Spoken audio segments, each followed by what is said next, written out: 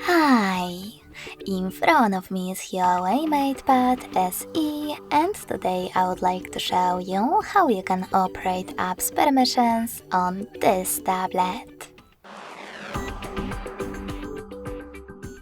You need to start by opening Settings and accessing Privacy section.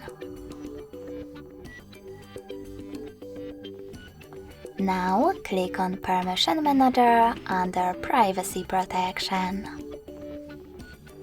Over here, select one of your device's features that you wish to manage, like location. Then click on one of your apps.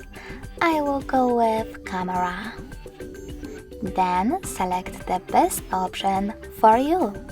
Ask each time, allow only while in use, or deny. I will go with ask each time. So when I go back, as you can see, camera have to ask me to access my device's location. If you want to, you can always select one of your apps, scroll all the way down and click on See All Camera Permissions instead. Then manage all of them only for this app from here. Thanks so much for watching. If you enjoyed this video, smash that like button, comment and subscribe. Bye!